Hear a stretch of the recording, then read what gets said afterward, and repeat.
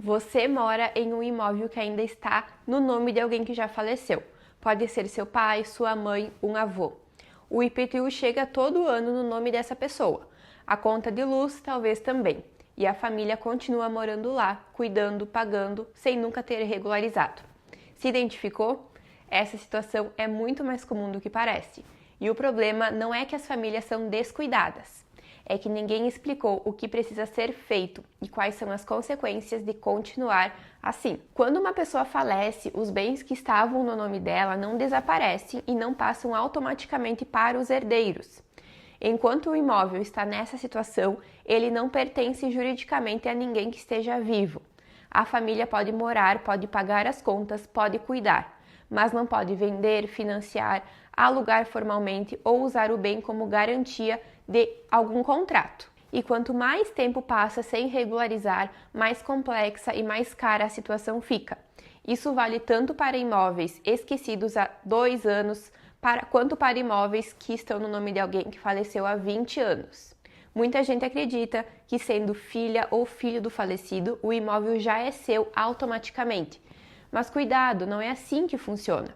O direito reconhece que você é herdeiro desde o momento do falecimento, mas para que esse direito se transforme em propriedade registrada em seu nome, é preciso fazer o inventário e registrar a partilha no cartório de imóveis, ou no Detran, por exemplo, caso haja bens móveis como carro ou motocicleta, caminhão, enfim, qualquer bem móvel. Sem esse registro, o imóvel continua no nome do falecido para todos os efeitos legais. E isso cria uma série de problemas práticos que só aparecem quando a família precisa fazer alguma coisa com o bem. A situação mais comum que eu vejo é a família que quer vender o imóvel e só descobre no momento da negociação que não tem como transferir sem antes fazer um inventário ou algum outro procedimento. O comprador interessado, o preço combinado e o processo ficam travados. Além da impossibilidade de vender ou financiar, existem outros riscos que poucas pessoas consideram. O primeiro é a dívida. O imóvel no nome de um falecido pode ser alvo de cobranças, penhoras ou ações judiciais relacionadas à dívida que o falecido tinha e que a família desconhecia. O segundo é o conflito entre herdeiros. Enquanto o imóvel não está partilhado formalmente, qualquer decisão sobre ele exige o acordo de todos os herdeiros. Se um não concorda, não pode ser feito. E com o tempo, o número de herdeiros pode aumentar. Filhos dos filhos, novos cônjuges, pessoas que a família nem conhecia. O terceiro risco é a multa sobre o imposto de herança. O ITCMD tem prazo para ser pago, sem penalidade, que é de 60 dias depois do falecimento. E quem não inicia o inventário dentro desse prazo acumula multa sobre o imposto. Em patrimônios relevantes, essa multa pode representar um valor significativo que poderia ter sido evitado. Nos atendimentos que eu faço, uma das situações que mais aparecem é exatamente essa. O imóvel no nome de alguém que faleceu há muitos anos, família morando ou usando bem e ninguém tendo tomado nenhuma providência. O que eu percebo quase sempre é que não faltou vontade de regularizar. Faltou saber por onde começar e a sensação de que o processo seria complicado demais para enfrentar naquele momento. O que essas famílias descobrem quando chegam até mim é que o caminho existe e é mais claro do que parece, e que começar mais cedo teria sido muito menos custoso do que regularizar anos depois. O caminho para regularizar um imóvel no nome do falecido passa pelo inventário. Não tem como pular essa etapa. Há algumas exceções, como cessão de direitos, mas aqui nesse vídeo eu vou te falar sobre o inventário.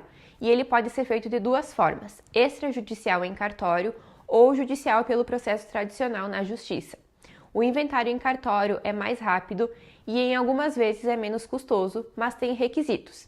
Todos os herdeiros precisam ser maiores e capazes, estar de acordo com a partilha e não pode haver testamento em regra. Se todas essas condições estiverem presentes, o processo pode ser concluído até em semanas. Quando há herdeiro menor e incapaz ou quando não há acordo entre os herdeiros, o caminho é um inventário judicial, que segue esse processo e pode levar mais tempo dependendo da complexidade do caso.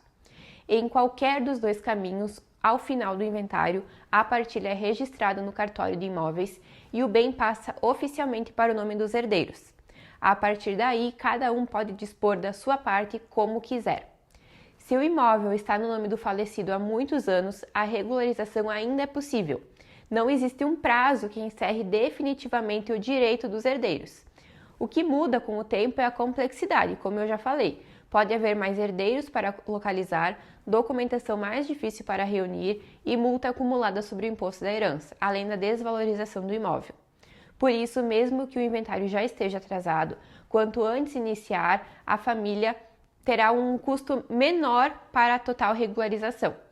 E agora eu preciso te falar um erro que parece pequeno, mas que aparece o tempo todo e que pode ser muito difícil de corrigir depois. Muitas famílias fazem um acordo informal entre si, decidem quem fica com o imóvel, quem recebe outra coisa em compensação e acham que isso está resolvido. Esse acordo informal não tem valor jurídico nenhum. Acordo de boca ou de WhatsApp não vale nada.